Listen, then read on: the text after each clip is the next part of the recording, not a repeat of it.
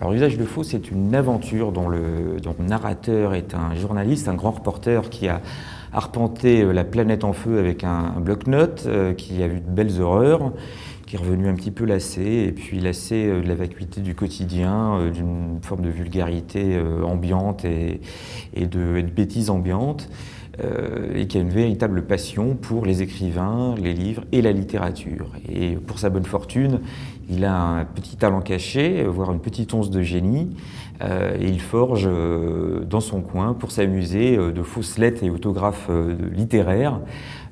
Donc ça m'a permis de réaliser et d'écrire des pastiches de Jean Edernalier, de Françoise Sagan, de Romain Gary, de Georges Perec, qui truffent un petit peu le livre.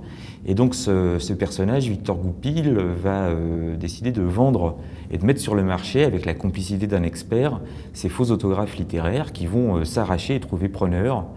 Et donc il va inonder finalement la France et les collectionneurs de faux autographes d'écrivains, où on pénètre un petit peu dans les arcanes de leur création, dans leur vie privée, dans leur vie intime. Donc il y a une dimension plutôt drôle et amusante, mais c'est un manège qui va bien sûr finir par attirer les soupçons de la police, qui va trouver très très curieux qu'on vende des véritables trésors de papier apparus de nulle part, et donc il va commencer à être très très inquiété. Et puis très très rapidement dans le roman, il y a une double histoire finalement derrière les apparences, il y a encore d'autres apparences.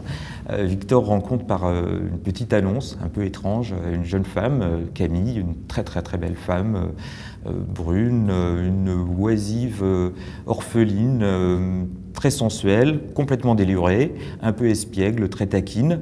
Et puis il va se nouer entre eux une forme de liaison, de jeu de faux semblants, de vrais sentiments sans doute. Mais tout ça fondé justement encore une fois sur un mensonge, parce que Camille dissimule un vrai beau secret également, qu'on connaîtra à la fin du roman, qui mettra un petit peu Victor dans une forme de piège, mais de piège plutôt agréable. Il y a pas mal d'auteurs contemporains qu'on croise. On croise Christine Angot, bien évidemment, parce que quand même on ne peut pas passer à côté d'un tel phénomène, moi, sur l'autofiction, qui est, bon, on en pense ce qu'on veut, mais en tout cas ça fait partie des moments importants. Alors, est-ce qu'on pourrait par exemple écrire des fausses lettres contemporaines de Christine Angot et les mettre sur le marché? Ça aura sans doute beaucoup de valeur dans quelques années, comme aujourd'hui on peut lire avec délice la correspondance de Céline ou de Pauline Réage, et découvrir quelques secrets. Mais oui, on croise également quelques écrivains décédés plus récemment, Jean Edernalier, complètement fantasque, avec là quelques clés et quelques petits clins d'œil et quelques petites révélations que j'ai pu glisser ici ou là, mais toujours en étant très respectueux avec chacun, parce que je les aime tous beaucoup finalement. J'ai voulu que ça soit véritablement ancré dans notre quotidien, dans notre réalité. Alors je ne parle pas uniquement de nos petits soucis de cœur et entre Saint-Germain-des-Prés et les bords de Seine. J'ai voulu qu'on voyage beaucoup. On va voir le Saint-Suaire à Turin, on découvre Genève méconnue en ville sensuelle.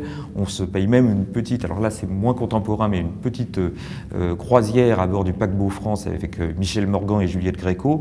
Mais sinon c'est vrai que Victor et Camille sont deux personnages qui sont très contemporains, qui vivent les mêmes choses que nous, qui voient les mêmes choses que nous, les mêmes drames à la télé, que ce soit un tremblement de terre en Haïti ou bien des guerres sanguinolentes, et qui essayent, eux, de retrouver un petit peu de bonheur entre eux, quitte à se mentir, parce que je pense que la morale de l'histoire et du roman, c'est que sans doute vaut-il mieux un joli mensonge qu'une triste et terne vérité.